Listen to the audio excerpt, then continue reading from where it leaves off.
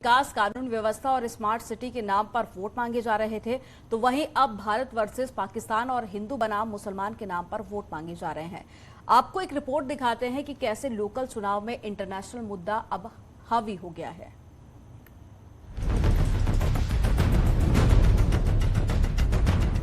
निकाय के रण में वादों की झड़ी है, दावों की फुलझड़ी है और जाति धर्म के नाम पर वोट कब जाने की घड़ी है। कुछ नेता जब चुनावी जनसभा में बयान देते हैं तो पाकिस्तान तक पहुंच जाते हैं और निकाय चुनाव में विवादित बयान से भी नहीं चूकते। अब जरा इन्हें देखिए। नाम है अमित राणा, जो बीजेपी के चेयरमैन रह चुके हैं और इन्होंने बागपत में बयान देते हुए कहा, बड़ौत नगर पालिका का चुनाव हिंदुस्तान पाकिस्तान का चुनाव है। अब आपको तय करना है कि घंटा शिव चौक पर बजेगा या मस्जिद में अल्लाहू अकबर होगी। माननीय मंत्री जी कि सीधा चुनाव भारत और पाकिस्तान का चुनाव है। आप लोगों को तय करना कि अपनी दुकान के बाहर मुंह ठेली लगानी या लोगों का सुशासन करना। ग्यारह तारीख में आपको लोग तय करना कि घंटा सीटों पर बजेगा या भूखोली मस्जिद पर लोगों पर होगी। और कुछ नहीं करना, सिर्फ आपको यही यकीन है जैसा आपने अंचल को चुनाव लड़ाया, 22 मुसलमान को चुनाव लड़ा था, 5 साल आराम से अपने घर में आराम से चलिए, बाकी सब लोग देख रहे हैं। निकाय चुनाव में भले ही बड़े बड़े दिग्गज चुनावी मैदान में दमखम आजमाते हों, विकास के नाम पर वोट मांगते हों, लेकिन जब ग्राउंड जीरो की बात आती है तो कुछ छुटभैया नेता निकाय को भी पाकिस्तान का चुनाव बता देते हैं।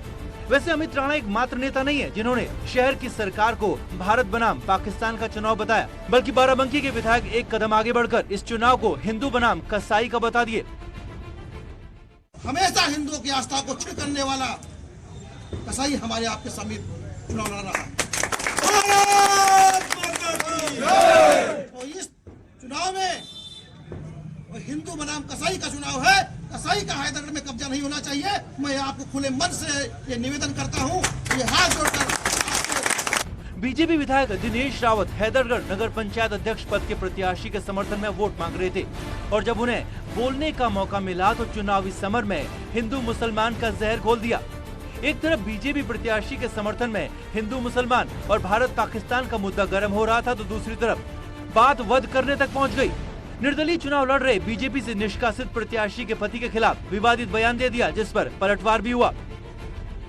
भगवान बजरंगबली नहीं होता, हर गदाधारी भगवान को भगवान बजरंगबली नहीं होता, हर गदाधारी सुग्रीव नहीं होता। कुछ गदाधारी बाली जैसे अनैतिक अनाचारी भी होते हैं।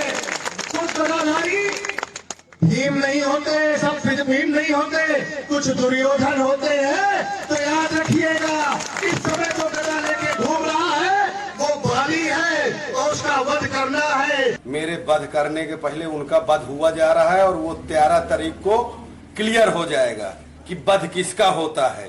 तुम्हारे जैसे दलालों का वध होना चाहिए, मेरे जैसे समाज सेवियों का वध नहीं होना चाहिए।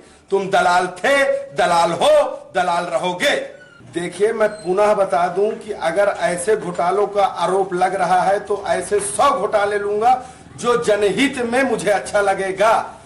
कंबल बंटवाना, लोगों के लिए काम करना, रोड़े बनवा देना, अगर जनहित में मुझे अच्छा लगेगा तो ऐसी 100 अनियमितताएं करने के लिए अगली बार पुनः तैयार रहूंगा। निकाय के पहले चरण में भले ही विकास, कानून व्यवस्था, दंगा मुक्त प्रदेश और स्मार्ट सिटी के मुद्दे पर चुनाव प्रचार हुआ हो, लेकिन दूसरे चरण में एंट्री के साथ ही अब इस लोकल चुनाव में मुद्दा इंटरनेशनल हो गया है। भारत बनाम पाकिस्तान के साथ ही हिंदू बनाम मुसलमान की तरफ मुड़ गया है। खैर, बीजेपी के शीर्ष नेता इस बयानबाजी से ताल्लुकात नहीं रखते हों, लेकिन जब बात निकली है तो दूर तलक जाएगी। Bureau report, news 18।